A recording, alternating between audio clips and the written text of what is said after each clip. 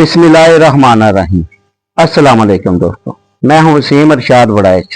दोस्तों आज मैं आया हूं लिया का जो सबसे बड़ा फिश फार्म बन रहा है, जिसकी वीडियो मैंने पहले भी लगाई थी। तो मेरा ख्याल है पाकिस्तान का सबसे बड़ा बायोफ्लॉक फिश फार्म बनने का भी इसी को आजाद हासिल होगा इंशाल्लाह। दोस्तों देखें, बहुत तेजी से इन्होंने काम किया है और रेत को फार्म की शक्ल देना इतना आसान काम नहीं है। जो होती है ना चिकनी जमीन, उस पर आसानी से बन जाता है। देखें 13 फुट गहराई, जिस तरह के तकीर साहब और आसम साहब ने वादा किया था कि 13 फुट गहराई रखनी है, और 13 फुट गहराई सामने है आपकी। 550 फुट लंबाई, उस वक्त मैंने 600 फुट बताई थी, ये भी मैंने आपको बता दूं। लेकिन अभी क्योंकि जब तैयार हो गया है तो सब कुछ इसका सामने आ गया है। और 150 फुट चढ़ाई, माशाल्लाह बहुत खूबसूरत काम किया है इन्होंने।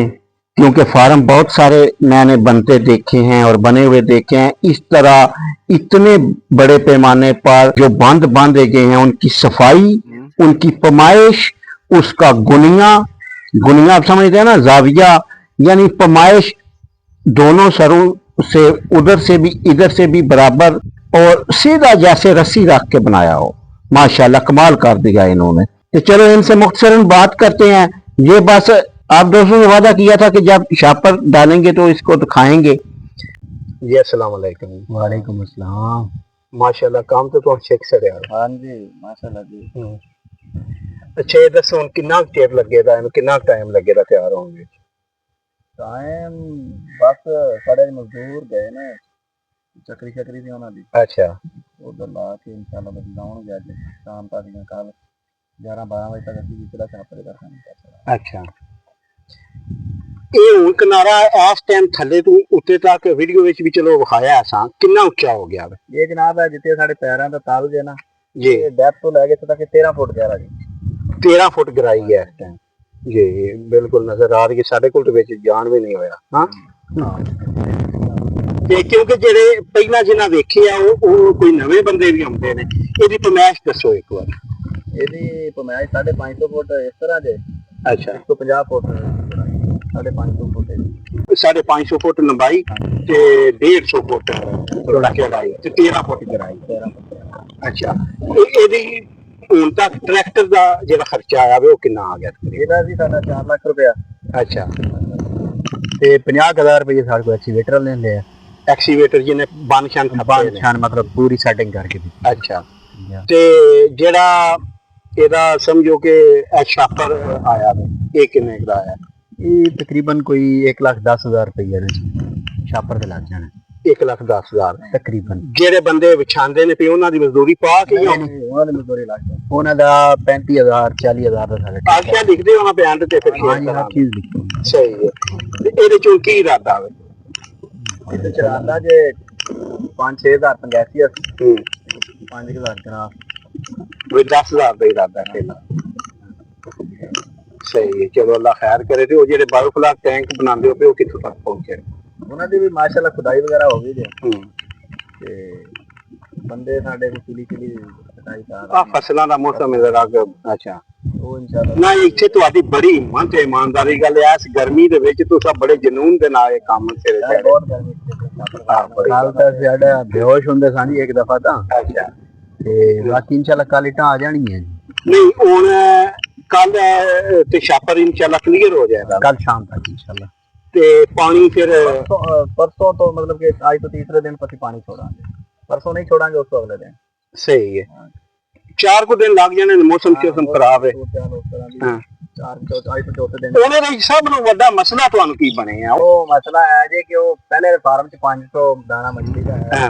ਹੁਣ ਬਸ ਡਾਊਟ ਜੇ ਹੈ ਕਿ ਉਹ ਮੱਛਲੀ ਨੂੰ ਛੋਟੇ ਬੱਚੇ ਦੇ ਨਾਲ ਛੋੜੀਏ ਕਿ ਨਾ ਛੋੜੀਏ। ਕਿਉਂਕਿ ਉਹ ਬੰਨ ਜਿਸ ਟਾਈਮ ਕੈਮਰੇ ਵਿੱਚ ਸ਼ਾਇਦ ਨਹੀਂ ਵਿਖਾ ਸਕਣ ਲੱਗਾ, ਉਹਦੀ ਵੀਡੀਓ ਉੱਤੇ ਚਲਾ ਕੇ ਵਿਖਾਉਂਦੇ ਆ ਬੰਦਿਆਂ ਨੂੰ ਕਿ ਉਹ ਜਿਹੜੀ ਮੱਛੀ ਉਹਦੇ ਉਹ ਮੱਛੀ ਫਾਰਮ ਸਾਰਾ ਤੇ ਇਹਦੇ ਵਿੱਚ ਰਹਿ ਗਿਆ ਨਾ।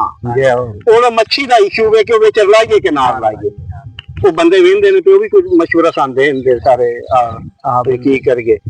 ਅੱਛਾ ਜਿਹੜਾ ਦੂਸਰਾ ਫਾਰਮ ਹੈ ਉਹਦੇ ਵਿੱਚ ਕਿਹੜੀ ਕਿਹੜੀ ਮੱਛੀ ਹੈ?